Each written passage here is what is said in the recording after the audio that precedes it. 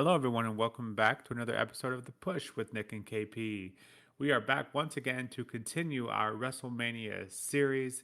This time, we are working on WrestleMania 17, which took place on April 1st, 2001, in Houston, Texas, at the Reliant Astrodome.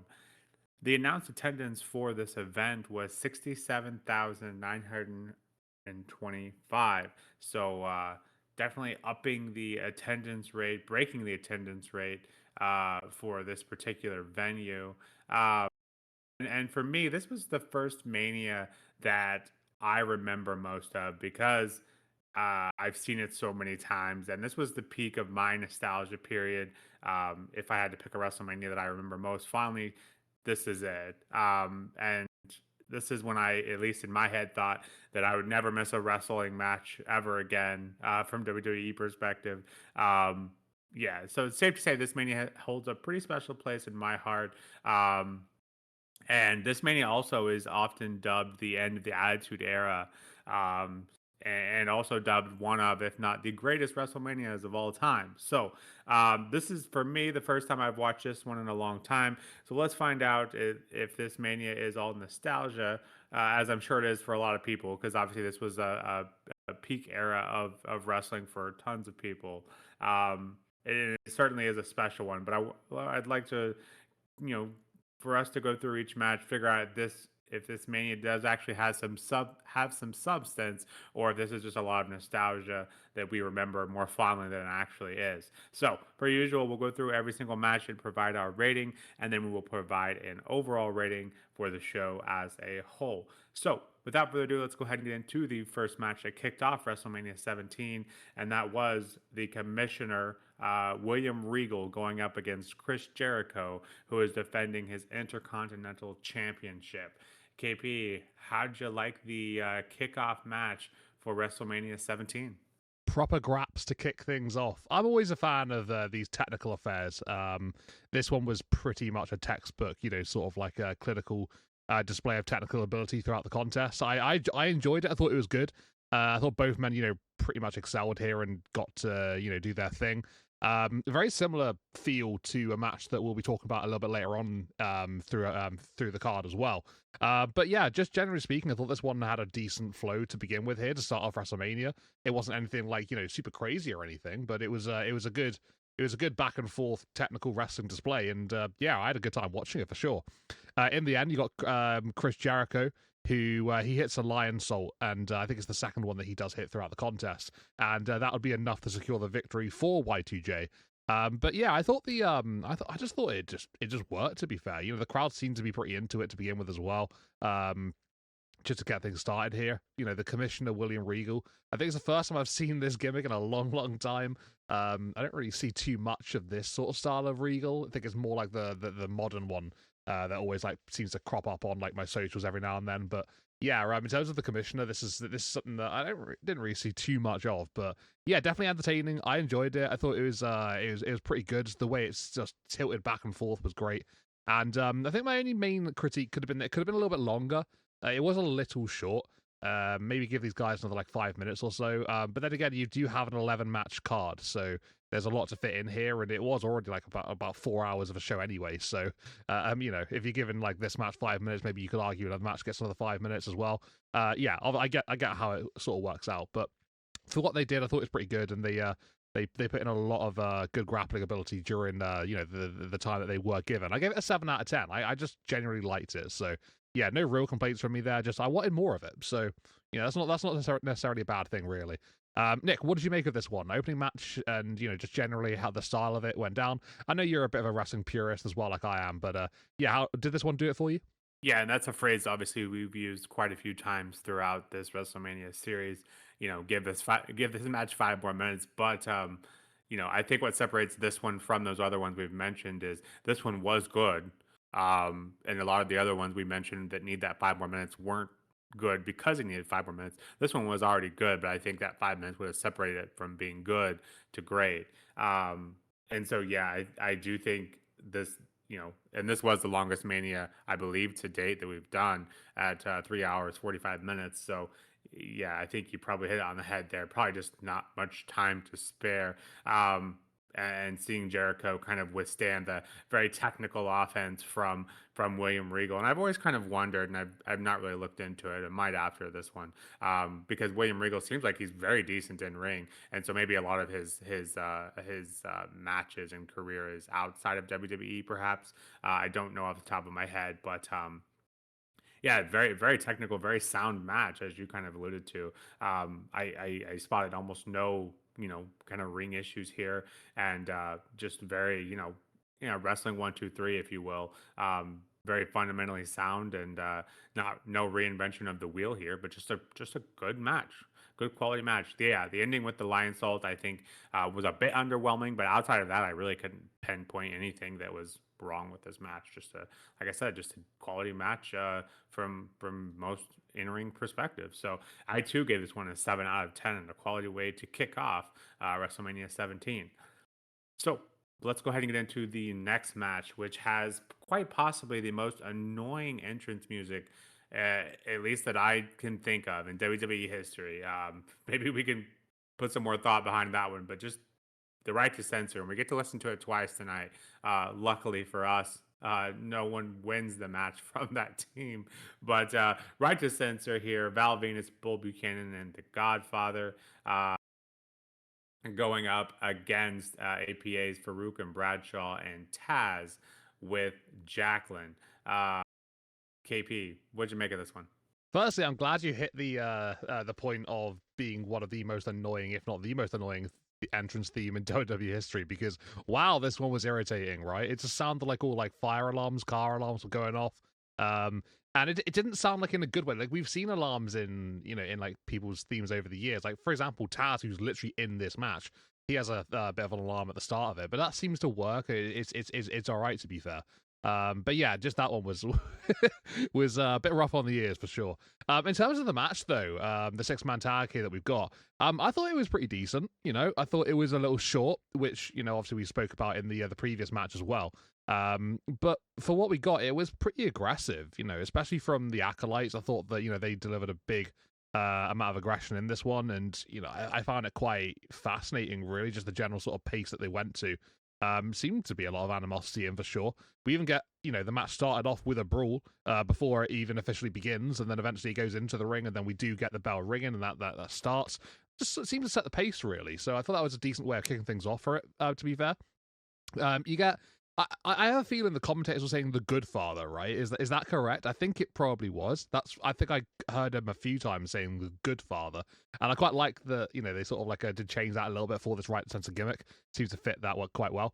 But yeah, Godfather, good father, whatever we're calling him, he goes for possibly setting up for a splash in the corner or something, and then Bradshaw gets out of the way of it. He bounces off the ropes, hits his clothesline from hell, and that'll be enough to get the win for the APA acolytes and Tazz. So yeah, like I said, it was pretty aggressive. It was kind of fast paced. It didn't last too long. But for what we got, I thought that they sort of, they tried to fit in as much as they physically could, with that brawl to start with, and just transgressing the aggression into the matchup itself, and then just the way it sort of like flowed from there on. Yeah, I thought they did a decent enough job. Like I said, I just would have wanted to see a bit longer of a contest, and I think it would have been pretty good. But I gave it a 6 out of 10 in the end. I think it's hard to really give it too much higher based on like how long it really did go.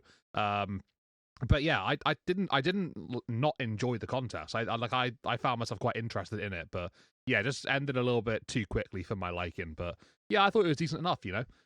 Nick, what did you make of this one? 3 versus 3 tag team matchup here. Yeah, did you think this one was also a bit short? And did you rate the sort of aggressive style that sort of like went on at the start and then sort of like transitioned into the contest? Yeah, definitely a bit short. And for me, just kind of felt like a standard tag match. Maybe the aggression hyped up just a bit more than a normally weekly show. But honestly, for all of that, just didn't feel like a WrestleMania worthy match, especially from a tag match perspective, which, through the first 16, we've seen some really good tag matches. So just didn't quite hit the expectations that I have planted in my head for me. you are correct. It is the Good Father, which for him and Valvina is quite the turn of character from their previous gimmicks. And I have Good Father in my notes, but my head just auto corrected it and put Godfather because that's who I know the man as. But yeah, quite the turnaround. Yeah, I give this one a 5 out of 10. It's just, yeah, just kind of there and just really brought really nothing memorable to me. So, not a terrible match, just not a good one either. So yeah, 5 out of 10 for me. But yeah, with that, we'll swiftly move on to the next match, which has Kane going up against the Big Show and Raven, who is defending that hardcore championship. And just a fun little note here. Apparently, the scene where Raven crashes the golf cart with Big Show on his back, a scene there on the bottom left hand corner. Apparently, that wreck was about a quarter inch from hitting some critical wiring to the stadium that would have cut power from the stadium and the broadcast. So I think that's an appropriate story, if true, for this match. This one was chaotic, as the hardcore matches always tend to be. KP, what'd you make of it? That's really fascinating to know how close it was to completely shutting down the entirety of WrestleMania. That's just hilarious to think about. And it sort of matches the vibe. I think like you were a little bit alluding to just then. This match, I described it as an absolute train wreck. It was just sloppy in so many parts. It was chaotic for sure. It was fun to watch. Don't get me wrong. Like I couldn't keep my eyes off of it because of a couple of reasons. A being that I wanted to see what on earth they were going to be doing next, and B, it was kind of so bad in parts that I just had to see what turned out to be from these particular spots that were occurring at the time. So yeah, just generally speaking, this one was crazy. I don't think it was as good as it could have been. It did look a bit sloppy, like I said, especially with the golf cart incident, just before that and stuff. It didn't seem to really flow so well. Like bits between like the backstage sort of area with like the walls and things. Yeah, I don't know. It just seemed to not really just mesh together, I think, probably as well as they would have planned it to have done. Maybe that's just me or not. We'll have to wait and see what you think, because I'm kind of interested to hear in this one, because I think you could probably look at this in one or two ways. Was it a hardcore matchup? Yeah, it definitely fit that to the bill. But was it good? I think that's a big question. That's a big difference here. So I'm interested to see what you make of this one when you cast your thoughts. But yeah, towards the end of the matchup, you got Big Show with Raven in a gorilla press, and this is happening like on like the edge of the stage, to the left of where they would come out as you're watching them come out. And yeah, there's this like glass cabinet like just below the stage, and Big Show with the gorilla press on Raven, he gets kicked by Kane, and Raven and Big Show both fall straight through the glass cabinet, glass shattering everywhere obviously. And Kane then goes for this dive onto Big Show. They very like sneakily sort of like don't show the dive sort of thing, so like you can't actually see the contact, but obviously with the intention of Kane looking to land on Big Show, he goes for the cover straight afterwards, and the referee coming over, he can't really get onto like a flat level, so he just counts on the side of the glass cabinet for the 1, 2, 3, and would award Kane the winner of this matchup and the new hardcore champion. So yeah, just that alone was just quite a crazy way of ending it, really. I don't really see too many matches where the referee can't just like count on a flat level, where they have to do it on like a side of something instead. So yeah, that was quite different, quite unique for sure. And like I said about the sloppiness and just the general things that maybe didn't go as quite how they planned.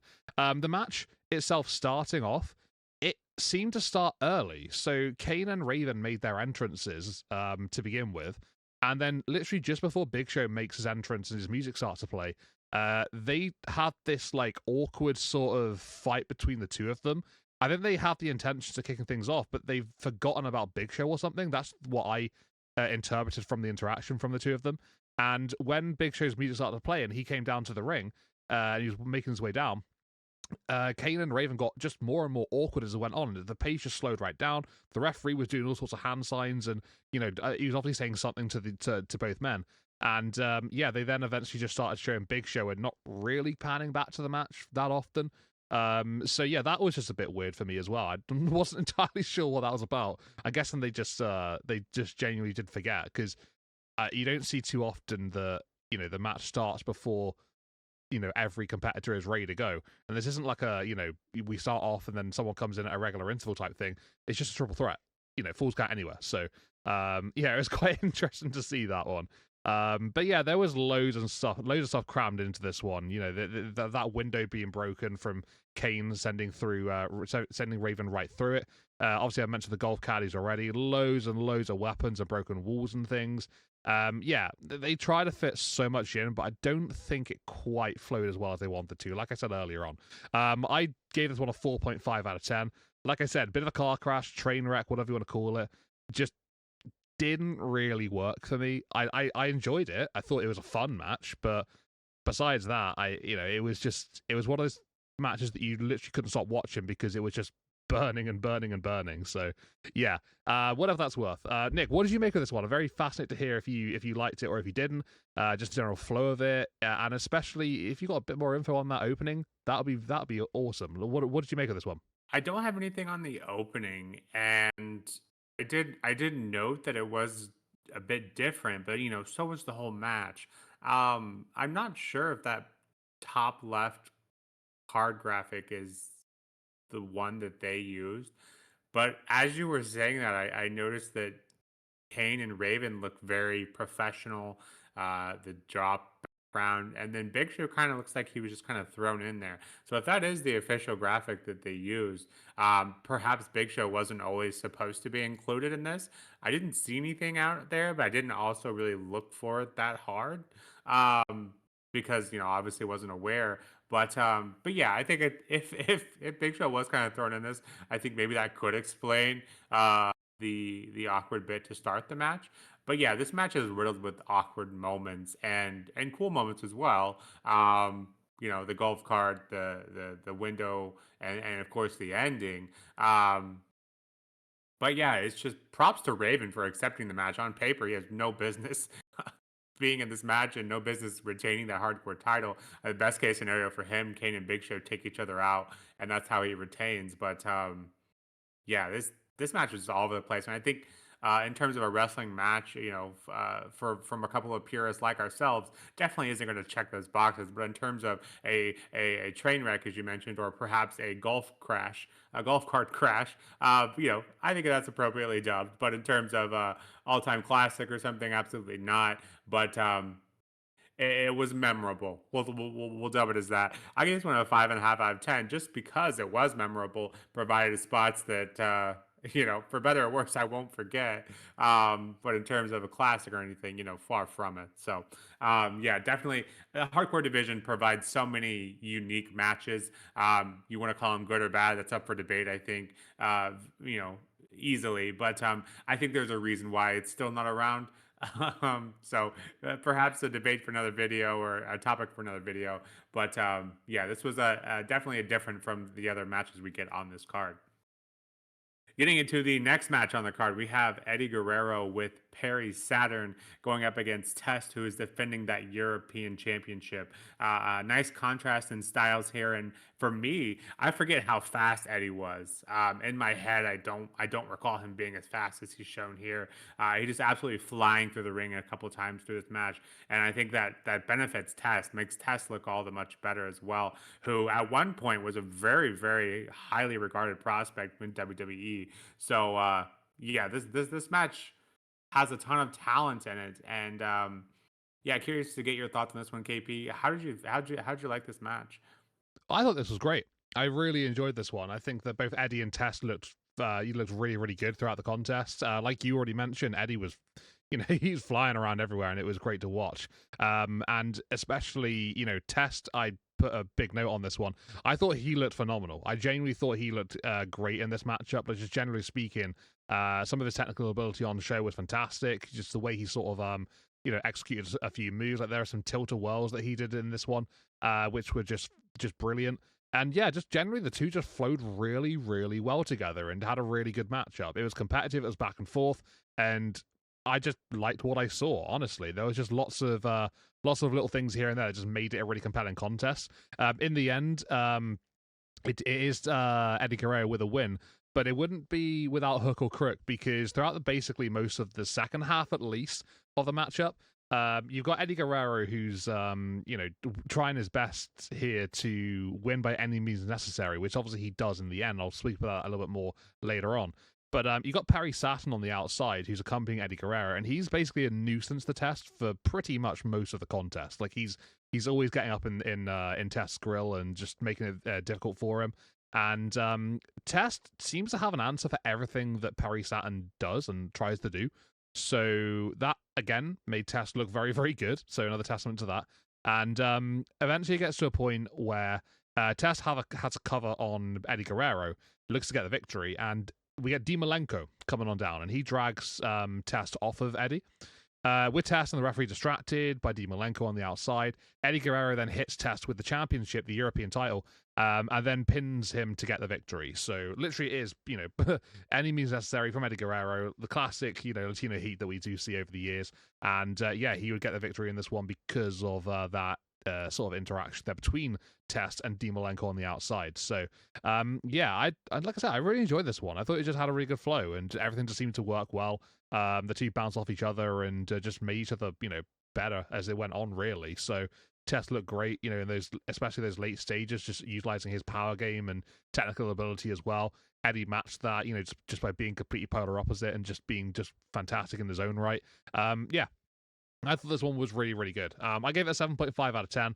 You're probably wondering, I probably could give it a bit higher, but just generally speaking, I just really liked it for what it was. I think maybe it could have been a little bit longer, but I thought it was great. I thought it was really, really good. What did you make of this one, Nick? In terms of Test and Eddie Guerrero here, I thought they put on a pretty good match. I thought it was not like an all-time classic or anything, but pretty good to be fair. What did you make of it? Yeah, I think definitely could have used a bit more time, but in terms of what we got, I think their styles contrasted and kind of complemented each other quite nicely.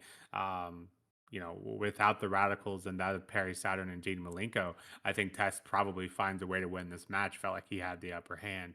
But alas, we see very much we talk about Eddie or think about Eddie, at least I do quite a bit now because of Dominic Mysterio and kind of the gimmick that he currently has and very much portraying Eddie Guerrero's kind of Latino heat style. And so it is remnants of you see a match like this and you're like, it's how similar is that to Dirty Dom's current gimmick? But yeah, this was a very good match, and just I think could have used a bit more time to get it into that upper echelon of ratings, at least for me, and it sounds like for you as well. I think Eddie Guerrero is one of those guys that just he makes everyone else look better than what they are. No downside to Test, slight towards Test, but I think this is definitely one of Test's better matches because of Eddie Guerrero. So at least that I can recall. So with that, I gave this one a 7 out of 10. Again, a very good match. Just didn't have enough to kind of get it into that upper echelon of ratings for me, at least. But with that, I feel like this match is kind of the start, but then this next match we get into here, for me, is kind of the turning point of WrestleMania.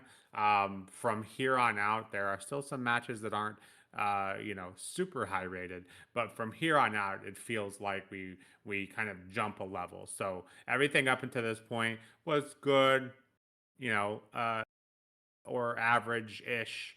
But from here forward, most of the matches just kind of have a different feel and a different vibe to them. Kicking off that kind of change in feel to this WrestleMania is Kurt Angle and Chris Benoit. This is the definition of a technical wrestling match. If you're a fan of technical graps like KP and I are, this is likely a match you have towards the top of your all-time Mania list, I would imagine. The number of counters and reversals throughout this match is truly incredible. And then the best thing about this match is it's for absolutely nothing. These guys clearly don't like each other. We kind of see that throughout the match, before the match, and even after the match. Benoit gets some revenge for how the match ended. So yeah, these two clearly not liking each other. KP, I can't wait to hear your review on this one. Just two guys that know how to work a ring, and JR is absolutely hyping these guys up, just saying how good they both are, how quick they both came to what they know now, their upbringing and everything. Jr. was he was glazing these guys a bit. KP, what you make of it? Yeah, there was a bit of glaze in here, and I think that's completely fair to say because they are both brought up with very technical backgrounds. Obviously one's literally an Olympic gold medalist, and then the other one, is literally raised, just to be just extremely good with a grappling ability of a wrestling style. So yeah, just generally speaking, these two, you put them in the ring together, they're probably going to deliver a match like this, 9 times out of 10. And yeah, I just genuinely really enjoyed it. I think, the start of the contest, you just see the technical ability on show. It was literally 100% technical grappling back and forth between both men, counter after counter, hold after hold, grapple after grapple. It was just literally back and forth. The scales were just tipping from side to side each time. And for me personally, that was just fantastic to watch. It was really, really good. It did get to a point where I thought maybe it went on a little too long. That's maybe the only slight downside I have from that bit, but once it sort of like picked up in pace and we got a little bit of difference coming on in, I thought the match was very, very good. It was very enjoyable, very, very great to watch, and it was a good length as well. They had a lot of time, these two guys, to do what they had to do, and just generally speaking, it had a bit of drama and it made it all quite interesting towards the late stages as well. Just a quick one too as well. Watching the video package before this one about the build that went into it, it seemed to me like both men, and they made it quite clear as well, they wanted to tap each other out, and there's a lot of sort of words on the submission style coming into play here. So I got me thinking, I was like, well, why didn't they just do a submission match? They could have had it all be based on that, because it seemed to fit, and they've catered a lot of their style here towards trying to wear the other one down, weakening those particular body parts, then trying to get those submissions in the end. So maybe they could have gone down that route. But then again, maybe they want to protect each other and, not have either one, tap out on this stage. So I can kind of respect and understand that as well. So maybe that was the decision behind this. But just general thoughts out there coming on in. Maybe you can elaborate a little more on that later on, maybe not. But either way, that's just some of my general thoughts on the matter. It gets to a point in the end where the referee gets knocked down, and during his recovery time, Chris Benoit taps out Angle, but there's no referee. He's not unconscious, so there's no count here. There's no official ruling that Kurt Angle did tap out. So with the referee, he's not noticing. Benoit gets up and brings the referee back into play. Eventually wakes him up and gets him back into the action. And the match goes on until Angle then rolls up Benoit to get the win, to get the win by grabbing the tights. So yeah, that heel is sort of a star to win there, just any means necessary. We spoke about that in Eddie Guerrero's match just recently, and yeah, there's a little bit of that in this one as well. So just doing anything you can, just grab that win, just out of pure desperation maybe from Kurt Angle. But yeah, the match was great. Like I said, maybe just a little bit too long with the opening grappling sequence, because that did take a long time. But it was really good. Like I didn't think it was bad at all. I thought it was fantastic. But maybe just a couple of minutes less would have been probably the sweet spot. But that's just being uber critical. But yeah, it just got really, really good. Just the change in pace from there on, and just how everything's sort of developed and towards the late stages.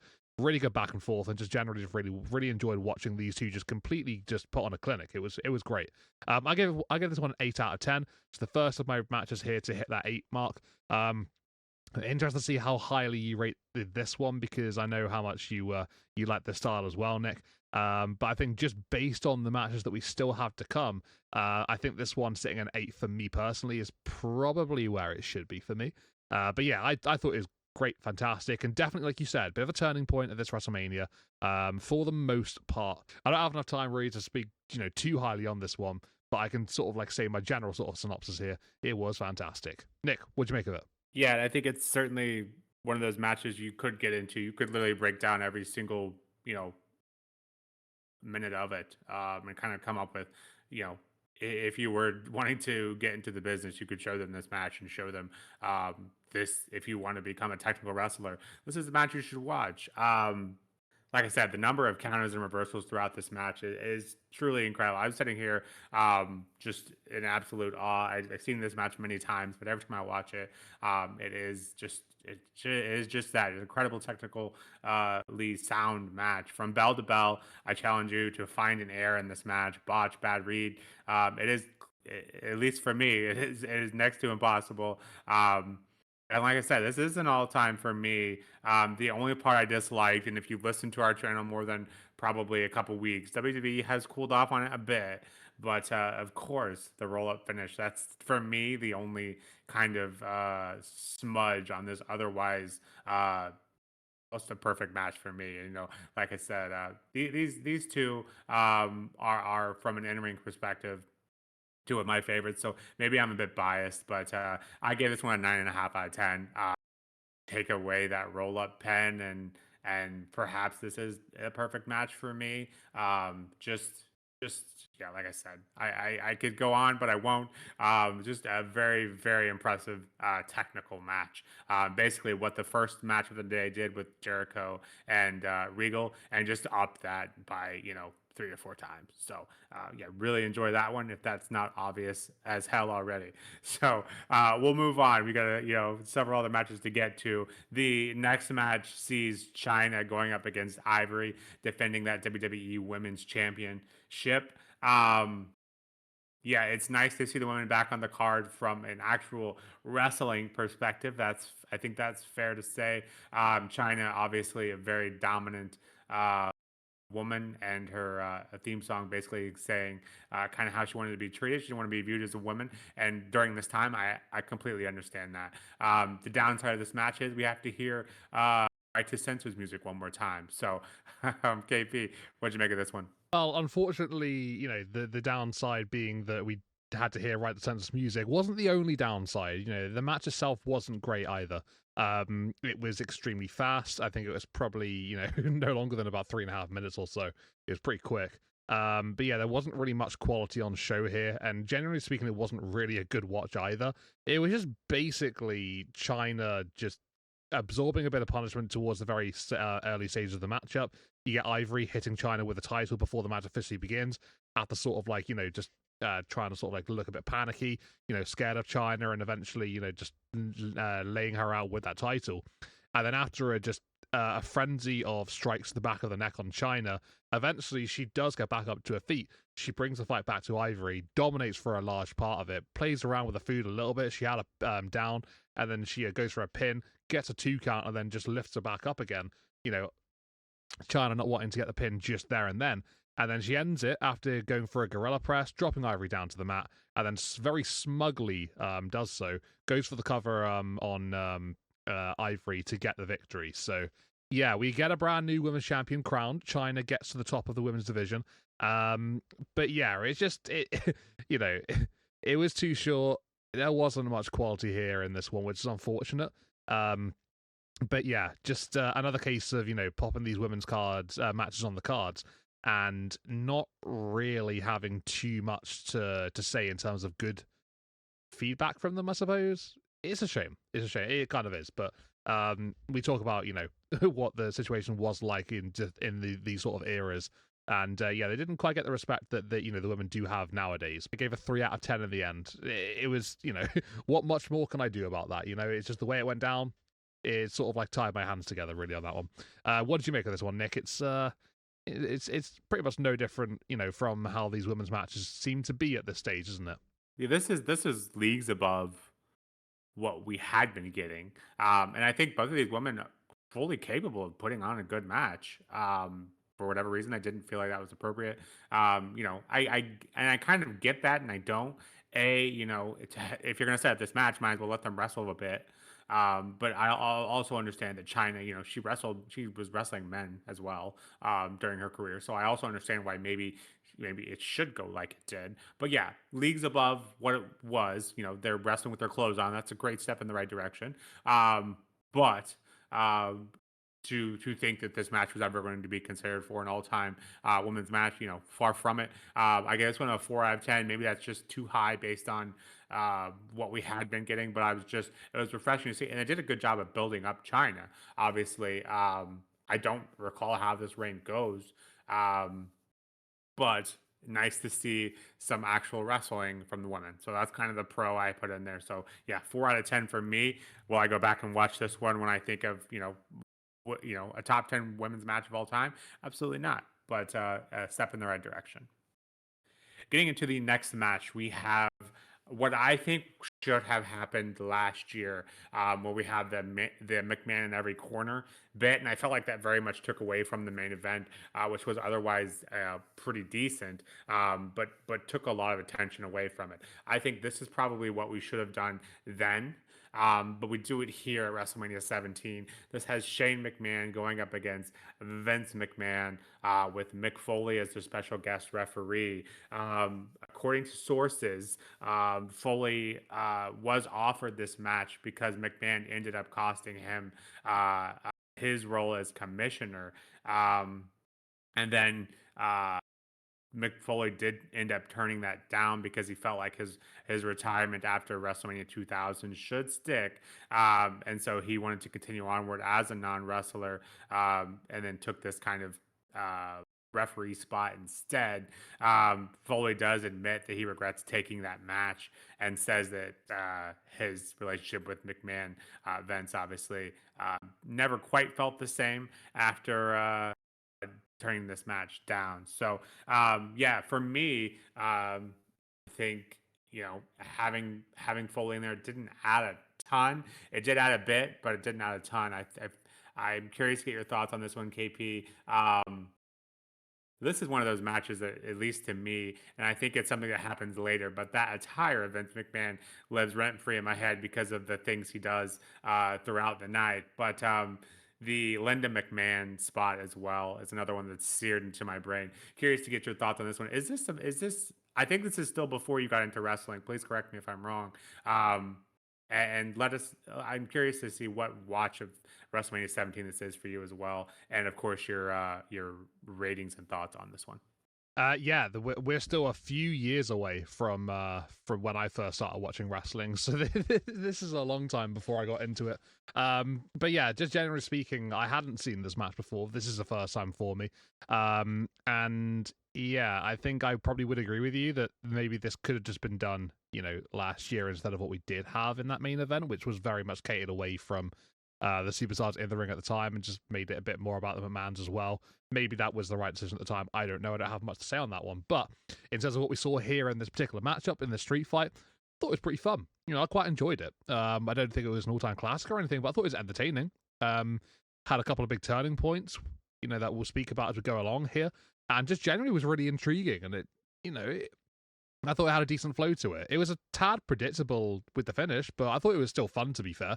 Yeah, the street fight goes along, and Trish Stratus, who I'm sure people watching this probably know everything about Trish and the build up to this matchup with Linda McMahon, but she brings out Linda, who is still heavily sedated.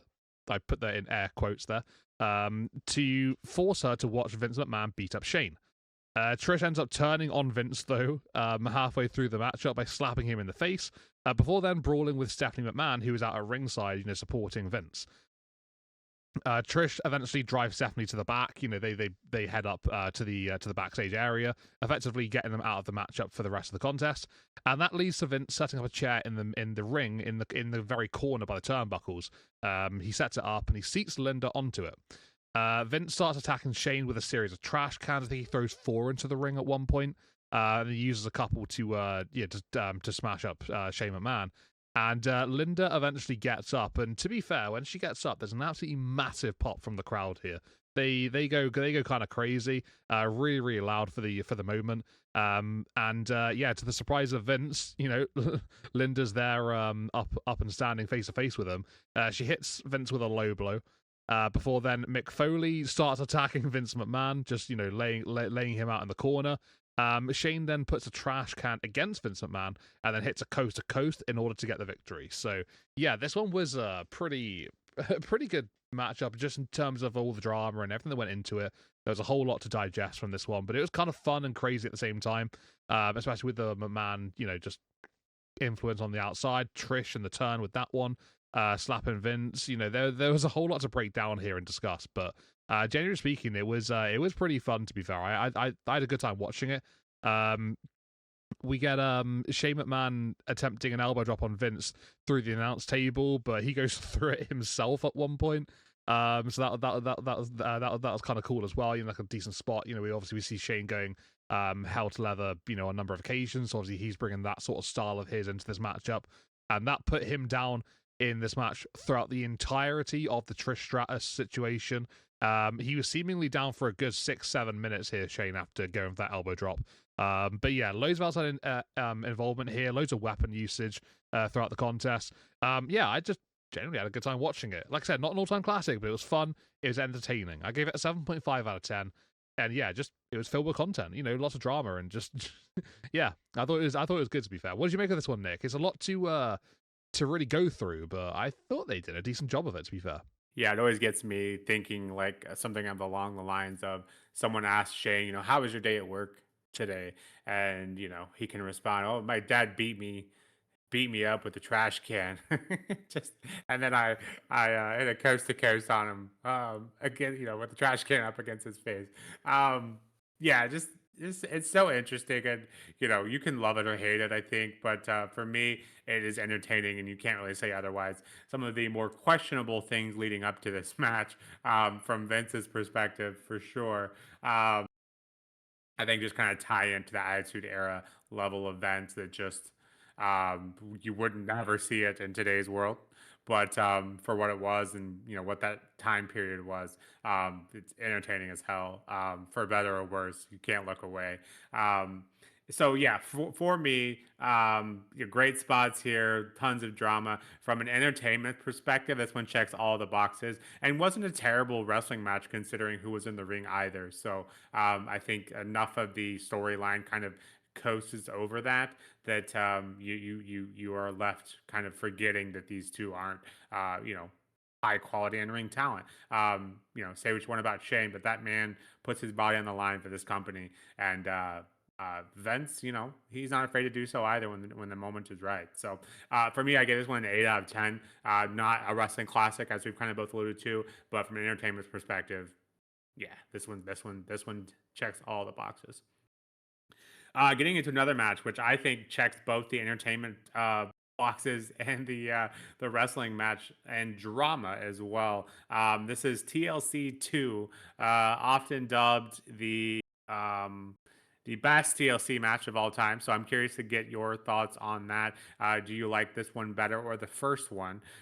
This, of course, sees the Hardy Boys going up against Edge and Christian, and the Dudley Boys, who are defending those World Tag Team Championships. Yeah, curious. I'll just let you kind of take away with your thoughts here. I just want to get your thoughts on which TLC match you liked better, and then of course let us know your thoughts on this one. So first and foremost, there's no doubt that both of the the ladder match, TLC matches, whatever we're calling them, over the past couple of years at WrestleMania 16 and 17 are both absolutely tremendous and incredible in their own rights. They're both phenomenal contests. For me personally, I do think that this TLC 2 is better than the ladder match of last year or of 16. I just think that there's a lot going on in this one. There's more. Maybe you could say there's a bit of a spot fest at times, but just honestly, I don't really care about all that. I just find it incredible. Just everything that is packed into this one, all the stuff that happens. Generally speaking, everything just flows together really, really well, and it's pure chaos. You can't take your eyes off of it. And I mentioned that earlier in a matchup with the hardcore match, but this is you can't take your eyes off it because you don't want to miss what's going to happen next type situation. Literally, look away for a second, you probably missed someone falling off a ladder, or you've missed someone smashing someone over the head with a ladder, or you've missed some crazy spot between one of the two men currently involved, or maybe even 3, 4, 5, 6, whoever's there at the time.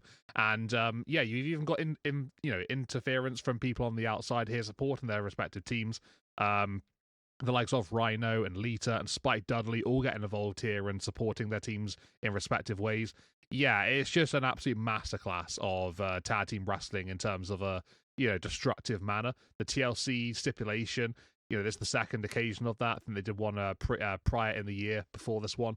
And just generally, it's just unbelievable to watch. It's so much fun. Like I say, you can't keep your eyes off of it because it's just, you will miss something. So we get to a point in the end of the contest where Rhino shoves a ladder in the ring, and he forces Bubba and Matt Hardy, who are on this ladder, to fall to ringside. They crash through a couple of tables that were set up on the outside. wood is shattered absolutely everywhere. Nasty landing for them both. They're completely out of it for the rest of the contest. And then Rhino sort of positions the ladder back into place, along with Edge. And he helps Christian sort of up the ladder. You got Devon up on the ladder as well, making a climb too. He's trying to chase Christian up there and try and beat him to it. But Edge is grabbing hold of Devon Dudley, and he's stopping him from really just climbing as fast as Christian can. Christian is able to grab the championships, and they get the win. So Edge and Christian is your brand new World Tag Team Champions at the end of this one, and just Christian dropping down the championship for Edge to celebrate with him at the end of the contest. But yeah, just absolutely amazing. So many spots throughout. Loads of broken tables in this one. We get things with Spike Dudley. He hits a bulldog onto Christian through a table. Obviously, like I've already mentioned, Bubba Dudley and Matt Hardy getting sent through the tables, crashing through them at the end of the matchup. Jeff Hardy, hitting the Swanton bomb. That would go on to both Rhino and Spike Dudley, because why not? On the outside, that was kind of fun as well. And just generally speaking, there were so many ladders involved as well. We saw them being used as weapons, obviously being set up in the ring, multiple ones to set up in the line sort of thing. There was an unfortunate spot where Jeff Hardy does try and sort of like jump along, walk along the ladders, but it doesn't quite work out. But generally speaking, that's an incredibly hard thing to get right, and I'm not going to look down on that particular spot. But yeah, just an incredible matchup. We even saw that iconic spear from Edge onto Jeff Hardy. Off of the ladder, he hits him straight down onto the canvas. As he's hanging from the championships. That is absolutely iconic to this day. It's one of probably the most replayed moments in WWE history, I would imagine. Just generally speaking, always in those crazy montages. And yeah, it just did everything right. So much fun, couldn't keep your eyes off of it, and just absolutely incredible match. Just unbelievably good. I gave this one a 10 out of 10. I think it's the second time I've given a 10 out of 10 so far in our WrestleMania series. So big moment right there. But yeah, I do prefer this one to the other one that we had from 16. It was just unbelievable. It was just basically perfect. I think it's fantastic. I had so much fun, and I've watched this one so many times. It's always a pleasure to go back and watch it. Nick, how did you rate this one? Obviously, compare it to that one from the previous year, and just generally speaking, where does this lie in the all-time greats? Yeah, I think you hit most of the points that I had. I think, yeah, this match it is a bit of a spot fest, but it doesn't take away from the match. I think you could argue that the first TLC is a better wrestled match. This one obviously having more of the memorable spots though. So I think for me, it kind of just is. I kind of view it as one big match. I gave the first one a 9 out of 10, and I gave this one a 9.5 out of 10. Could have easily give it a 10, but I just feel like it does tend to be just more about the spots than the actual wrestling. So I dock it a bit just for that. But to take it away from being one of the best, if not the best TLC match of all time, I think we could probably do a full 30-minute video on just the two TLC matches themselves, and getting into probably a ranking of all the TLC matches. Obviously, this one is going to be up there. But yeah, there's a bit of wrestling, I think, that kind of doesn't take place here because of all the spots. And so I do dock it a bit for that. But interesting bit here on the Swanton Bomb that Jeff gives Spike and Rhino. Apparently that knocks out Spike's front teeth. I don't know how many, but a few apparently. And I guess Edge is on record of saying that was the worst casualty of the match. The only other really, medically attention needing is Matt Hardy apparently had a head wound. They had to had stapled shut. Just casually mentioned that, I guess. But yeah, the brutal is what comes to mind when I watch this match. Just spot after spot, for better or worse, very memorable, even up to the finish. And the TLC 2 match, I think, is a success, and as you mentioned, widely remembered and regarded, I think, for that spear on Jeff Hardy. Just imagining had he gotten that spot right where he was kind of leaping over from ladder to ladder, for him to have hit that spot and then get the spear. Yeah, the moment is already so highly regarded. To imagine what it would be to have that bit included as well would have been all time. but still a great match. 9.5 out of 10, obviously. Very, very good match. Let's get to the next match, which is a gimmick battle royal. Loads of people here. Bobby the Brain Heenan, Mean Gene Okerlund on commentary. Kind of a callback to a lot of older talent, including the Bushwhackers, Iron Sheik, Earthquake, Doink the Clown, and then some other interesting choices like Jim Cornette, Gobbledygooker, Hillbilly Jim, and Brother Love, and Sergeant Slaughter. Yeah, I don't think I have too much to say on this one. This was kind of just a callback. I don't think the fans really cared too much about this one either. And maybe a lot of people weren't into wrestling at that time because this was the kind of the peak. A lot of people getting into wrestling for Austin and Rock, essentially, DX, that sort of thing. So this kind of was before a lot of people probably got into it. But us having watched the first 16 and being bigger fans than most. Yeah, curious to get your thoughts on this one, KP. How you felt this kind of jived with the rest of the card as well. This was so pointless. What a waste of time this match really was from start to finish. Yeah, a gimmick battle royal. I was a little skeptical going into this one. The entrances, I don't know how much longer than the match it really was, but it felt like a good. At least it was probably double the length of the match put together. All the entrances. Yeah, it. Nothing happened. It was just a bit boring. Was incredibly quick, considering how many people were in this matchup. The ring was pretty much full at one point. When it first started. But there was nothing in it. There were no spots during the matchup whatsoever. Just a series of basic eliminations that took place. Yeah, there's nothing really to highlight here except for the man that doesn't get eliminated and wins the battle royal is Iron Sheik. He's the one standing tall at the end of it. So yeah, I I don't know. This one's just so weird to me. You get Sergeant Slaughter at the end, who I guess is pretty annoyed that he lost the matchup. He locks in the Cobra Clutch on Slaughter. No, on Iron Sheik, and he's the one that does officially stand tall at the very end. But yeah, like that's the only real thing to take of note here from this matchup. Sheik just wins the most basic battle royal you'll ever see in your life. And it was incredibly, incredibly quick. Like, it just was nothing to it. I gave it a 2 out of 10 because I don't know what exactly the point of this one really was, but it seemed pointless to me. Just a chance to get a load of old guys back on the card and, have a particular moment, I suppose, walking down the ramp and just being involved here. Yeah, I don't know. That's all I really took from this one, but it was just extremely basic. That's really all I can say. There was nothing of worthy to note in this one, which is just so strange to say. Nick, do you think it was as bad as I'm making it out to be? Can you give some shining light to this one? I can't find anything. Maybe you can. Quick answer is no. I do not rate this one any higher. Actually, I rate it the exact same. Gave it a 2. Because this is a battle royal match that we would have seen towards the beginning of the WrestleMania series, in the single digit WrestleManias, very much on par with those matches. A lot of those matches we've seen. But because this is a gimmick battle royal, you're thinking, oh, this will probably be at least memorable, but won't be a good match by any means. It wasn't even memorable, as you kind of alluded to, apparently Iron Sheik to win, which was like, okay. It didn't really matter because literally every time someone tried to eliminate someone, they did. And, very gracefully, everyone went over the top ropes.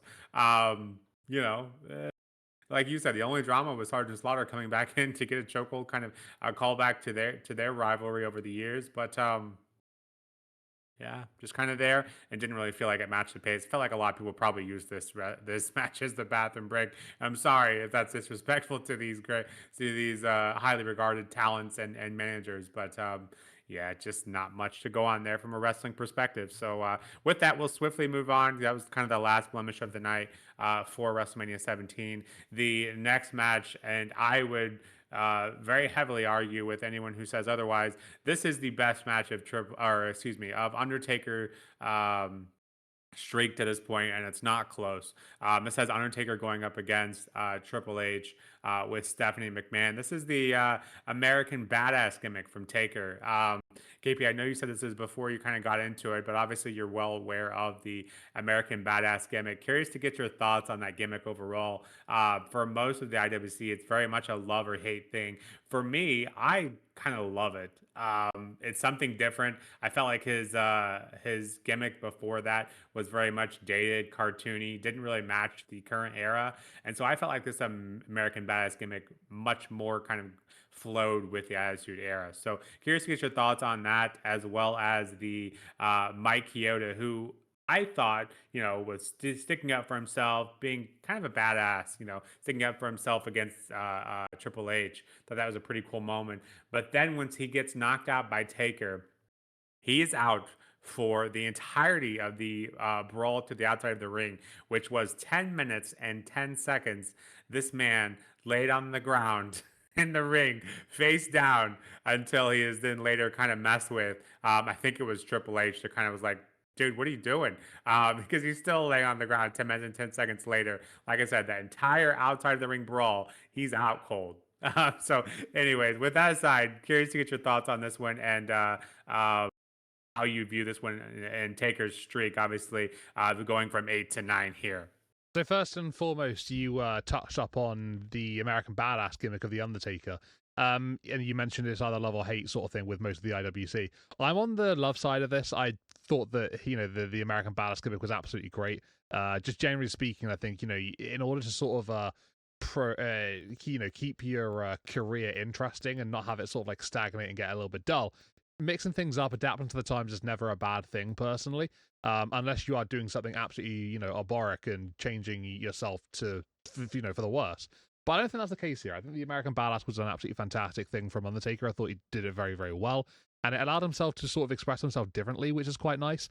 And maybe be a bit more aggressive. We saw, a bit of an aggressive side of Undertaker anyway, but it was a bit more of like a cool, calm, collected aggressor from Undertaker. But this one was more of a, I'm not afraid to beat your ass, and I'll straight up tell you that to your face, and I'll initiate things as well. So, yeah, American Badass was great. I liked it. And just generally speaking, you mentioned about this one being probably Undertaker's best match of his run so far. I would 100% agree with you on that one. I think this one was absolutely brilliant. Both men just elevated themselves up to another level here in this one. It was, it felt very personal, and it seemed to be as well. The animosity shown throughout was great as well, had a really good feel to it. And like you said, with Mike Chioda being a bit more, aggressive than most referees are. Triple H goes for a couple of counts and gets a couple of twos, and squares up to Mike Chioda, who gets a shove from Triple H, but then Mike Chioda shoves him back. So I think it's one of those iconic wrestling moments where the referee sort of like stands up to a big name in Triple H. So that was pretty cool and badass from him as well. But yeah, like you said, it was comical as hell when he gets knocked down on his ass, and he's down there for about 10 minutes. Literally, my notes are he gets taken out and is down for about 10 minutes, allowing both men to fight through the crowd and the scaffolding, missing the entirety of that whole confrontation. So yeah, it was hilarious. I got to be honest, it was quite quite convenient that the referee was down for such a long period of time, right? That they could basically just turn this one into a street fight essentially. So yeah, I thought it was brilliant in that sense. But yeah, with the referee still down towards the late stages, Taker looks for a last ride. But before this one, Triple H has inserted a sledgehammer into the contest, not really been able to use it up until this point. And when Taker looks for the last ride, Triple H very sneakily grabs the sledgehammer, picks it up whilst he's being lifted up, and he hits Undertaker with it. Then, with Undertaker bleeding, Triple H looks to further the attack on the head. With Taker in the corner, he looks to lay out some punches. As you do, you go up on the turnbuckles, you start hitting some punches. That's what Triple H goes for. And Taker lifts Triple H up and hits a last ride. Very, nicely done. And that would be enough to get the victory for Undertaker. But yeah, you mentioned it. It is by far, in my opinion, Undertaker's best match of his run in WrestleMania streaks up until this point. I gave it a very solid 9 out of 10. Just had a great time watching this one. Both men just really delivered here on every sort of scale. And they built each other up to what was a really, really thoroughly entertaining and enjoyable matchup. So yeah, Undertaker took a year away with that injury that he sustained. And he came back with an absolute vengeance and proved that he can put on a banger match that we very well know that he can. So Yeah, it was good to see him back in the side of putting on these good displays rather than what we have seen, which has been a bit more here and there, let's put it that way. But this one was by far here and there. It was absolutely brilliant. I thoroughly enjoyed it. Yeah, obviously I know you said it was already the best performance from Taker for you by far, but how good was it for you, Nick? What did you rate this one? Yeah, had I not seen, this Mania or been, live in the crowd here, I would have genuinely been, worried about Taker's streak. I've mentioned before, by far one of my most hated wrestlers growing up was Triple H, because he was so good. I didn't realize it then, as a child, but knowing it now, he's so good at that heel role. And I think he's kind of an underrated wrestler. He gets tagged for being, burying talent a lot. But I think genuinely just a very good wrestler. And this match is a testament to that. Obviously, being in the ring with the Undertaker doesn't hurt either. But this is a very, very good match, and I kind of debated. I kind of went back and forth on the rating there. Like definitely at least a 9, and I'm sitting here questioning, well, why isn't it a 10? What's preventing it from being a 10? Um, and honestly, I'm not really sure. Just something is missing to kind of to prevent me from giving it a 10. So I did give it a 9.5, but maybe I don't know. Maybe I don't know if the ref spot is so comical that it took me out of it a bit there for a minute. But it was, every sense of the word brutal. Maybe I don't know. I can't quite put my finger on it, but a 9.5 obviously is still very good. And just something missing for me to put it at that 10 spot. But obviously a 9.5 is very, very good as well. So just kind of going with that and kind of moving on. Definitely a very good match, and yeah, I don't remember it being that good, but it obviously was. So with that, we'll move on to the main event, which is the second bout of Stone Cold and The Rock. We obviously see this at WrestleMania 15 as well for the main event, and The Rock defending his WWE Championship here. And to me, this is one of, if not the greatest video packages in WWE history. Just the music itself is just absolutely iconic. Makes you think of this match and this Mania as a whole. KP, I hear your thoughts on this one. The obviously ending here being very controversial or at least topical. Yeah, curious to get your thoughts on this one. Yeah, this one was the big fight feel, wasn't it? It was a tale of Stone Cold, the hometown hero, going into this one and trying to fend off the devilish Vince McMahon and The Rock. So it was a classic. Just generally speaking of how good it was extremely good. There was so much drama in it, especially in the late stages. Rock absolutely putting on a clinic here, just kicking out of big pinfalls.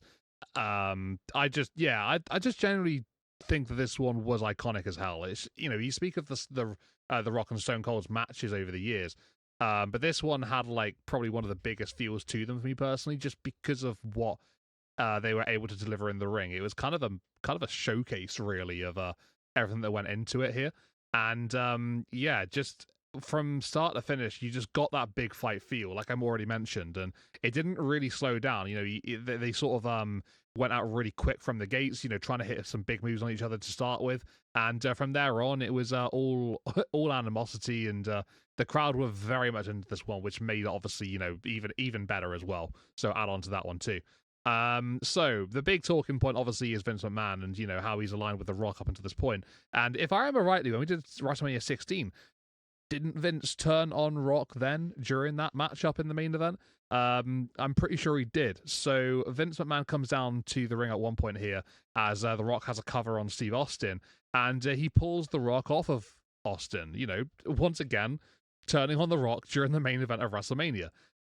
So Stone Cold, he comes back around to the situation, and he very instinctively just goes along with it, and there's no real sort of like skepticism from him. He just basically just nods on and goes along with it. He started to take over the offense eventually, and McMahon gives him a chair, that becomes ever present for the remainder of the matchup. After a lot of back and forth between The Rock and Stone Cold, loads of close moments. I mentioned, the Rock a minute ago in terms of what he can do kicking out and things. A bit more about that in a minute. But Steve absolutely destroys The Rock with the steel chair. And after a couple of very close kickouts from The Rock, Austin does eventually get the win. We see a bit of a post-match thing with The Rock and Vince McMahon. They have a handshake, which is obviously one of those iconic images that we've seen over the years. And Austin, after doing a bit of celebrating with Vince, with a load of beers and things, obviously we've seen throughout the years from Stone Cold Steve Austin, he smashes The Rock over the face with the title once he gets back up to his feet, and just basically ensures that this party ain't stopping anytime soon. But yeah, really good match, really good main event. Loads and loads of drama. Those kickouts from Rock at the end were unbelievable. Just, you thought he was dead to rights, and he somehow finds a way to kick out, right at the very depth, right at the very death. It was, it was crazy. The blood halfway through, midway, whatever. They made for some iconic images as well, very similar to that of what we saw with Bret Hart and Stone Cold from WrestleMania 13 in that iconic submission match. We even had the sharpshooter locked in from Rock with the bloody Stone Cold Steve Austin in this one, and the commentators even referenced to that as well. I think it was JR that did. So yeah, just had flashbacks from that match as well coming in, which obviously is a very cool thing. And just the alignment with Austin from Vince made for a very interesting turn of events. My only slight criticism here is that I didn't think that the way they did it was overly that great. I think they could have done it a lot better. So they did it about 2/3 into the matchup, maybe a little bit later than that. And then it was just sort of a constant alignment here throughout the rest of the matchup. I think it has more of an effect if this happens in the really, really late stages of the matchup. But just generally speaking, besides that maybe slight change they could have made, I thought this one was iconic as hell. It was very, very good. So because of that reason, I gave it a 9.5 out of 10. I think just because I think that I would have preferred them to have done the turn a little bit differently. That's the only reason I could really knock it down a little bit. But besides that, it was basically perfect up until that point. So yeah, big fight feel, delivered on that respect, and yeah, just had all of the feels going into it, and just made for a huge moment between two men that went out there and absolutely killed it. And you had obviously Stone Cold being cheered throughout the contest and The Rock being booed. And even with the heel turn, the crowd was still loving Austin. So yeah, that was quite interesting for sure as well. Maybe it was a little bit more mixed, but I don't think it didn't really affect it at all. I think they were still hyped as hell to see Stone Cold win this contest, irrelevant of what happened with him and Vince. So yeah, really, really great matchup. 9.5, like I said. What a main event. Just had so much to break down, but I think I've basically covered everything. What did you make of this one, Nick, in terms of, the match between the two men, everything that went into that, the iconic, alignment with Stone Cold and the Vince at the end?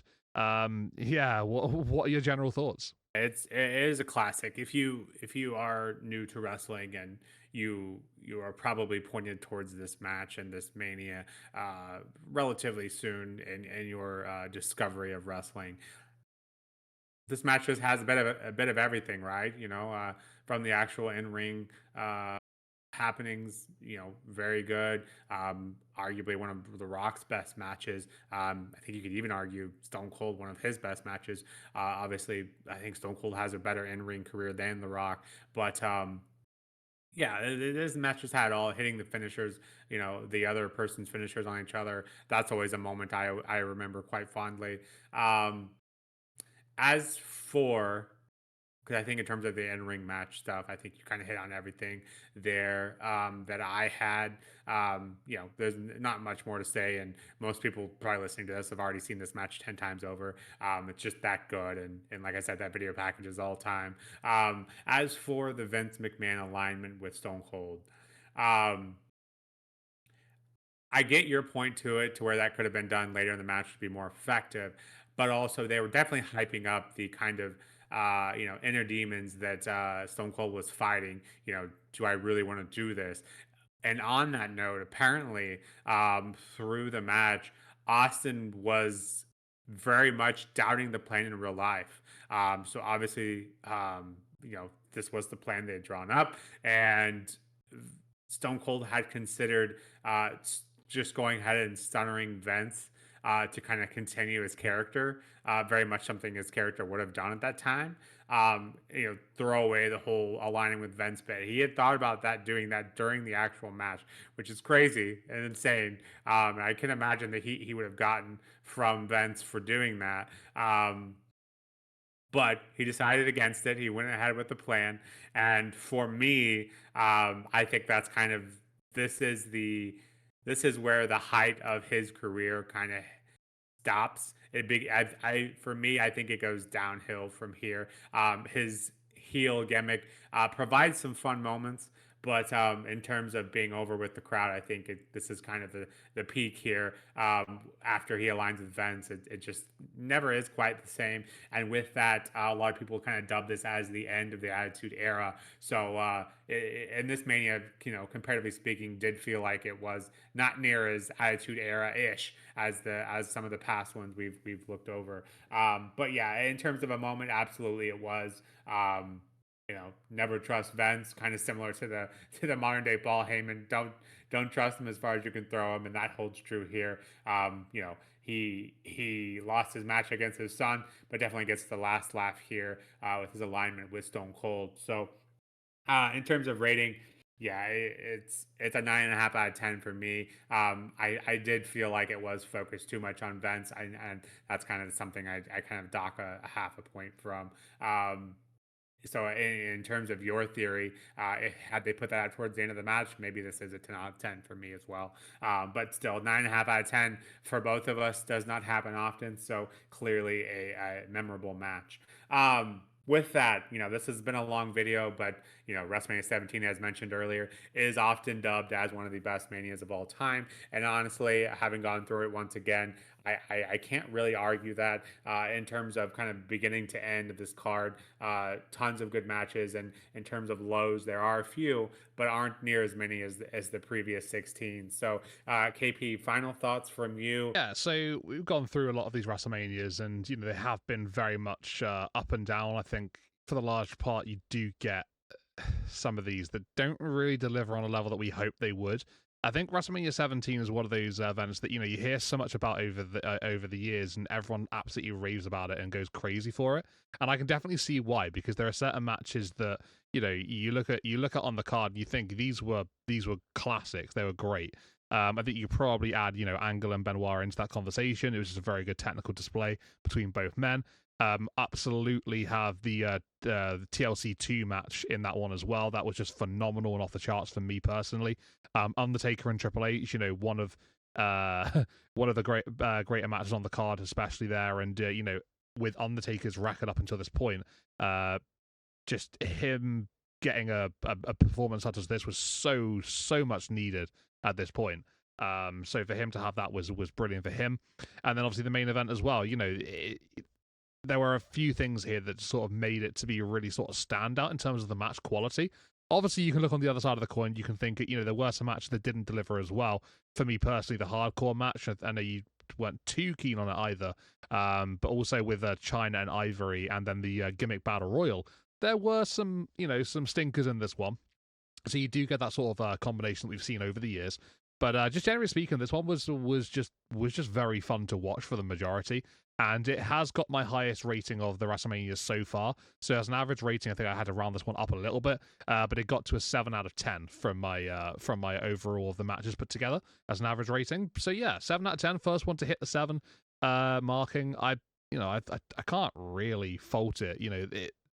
In terms of having those iconic, memorable moments, it definitely had a few of those. So that was great to see. But yeah, obviously we do have those things that sort of like bring the rating down a little bit, which is unfortunate. But that second half was, besides the Gimmick Battle Royal, was unbelievable. It was very, very good and just so consistent. And they really sort of like, just put everything out there, which was really, really good to see. Made for a very entertaining second half for sure. But yeah, just probably, well, it is my favorite one so far. It's the highest one I've given, so it has to be said. WrestleMania 17, is it as good as everyone makes it out to be? Is it an all-time? Obviously, we've still got loads of these to watch, so we'll have to wait and see on that one. But it is very good, very solid, and very fun to watch. So yeah, I had a great time with this one, and looking to see how the other ones compare to this one. Yeah, for me, kind of similar, a similar light there, with the likes of Stone Cold, The Rock, Triple H, Undertaker, and TLC 2, and of course Benoit and Angle. I gave all four of those matches 9.5 out of 10. So definitely haven't done most of the 16 meetings before. Are lucky to get one or two matches in the nines. So I think that in itself, clearly this WrestleMania is a step above the first 16. As you mentioned, will it be? I have a hard time believing it'll be knocked out of a top 10, at least for me personally. And it was nice to see that my nostalgia wasn't plaguing this one. It is a very good Mania. I think that's fair to say, and safe to say in this instance, one of the best, at least that we've seen, especially through this series. So yeah, definitely is worthy of the one of the best WrestleManias, at least in my eyes so far. I gave this one a 7 out of 10 as well, which also is my first and highest rated WrestleMania so far. So obviously, like you said, I have loads to go through still, but safe to say this one is definitely worth all the praise it receives. So with that, and thank you for sticking through this. I know it's a long video, but I think it's worthy of the long video. You know, tons of talking points and tons of just all time moments on the WrestleMania stage. So if you agree with any of our takes or disagree, please let us know in the comments below. If you like what we're doing here, that's also appreciated. The likes and subscribes helps us out tremendously, and we thoroughly enjoy reading the comments, and it helps kind of motivate us to know that we're doing something right here. So we appreciate any feedback, whether good or bad. We're open to constructive criticism as well. So with that, this has been the latest WrestleMania 17 review. We'll be back shortly with WrestleMania 18 over the next week. But until then, this has been the latest episode of The Push with Nick and KP. And until next time, we'll see you soon. Take care.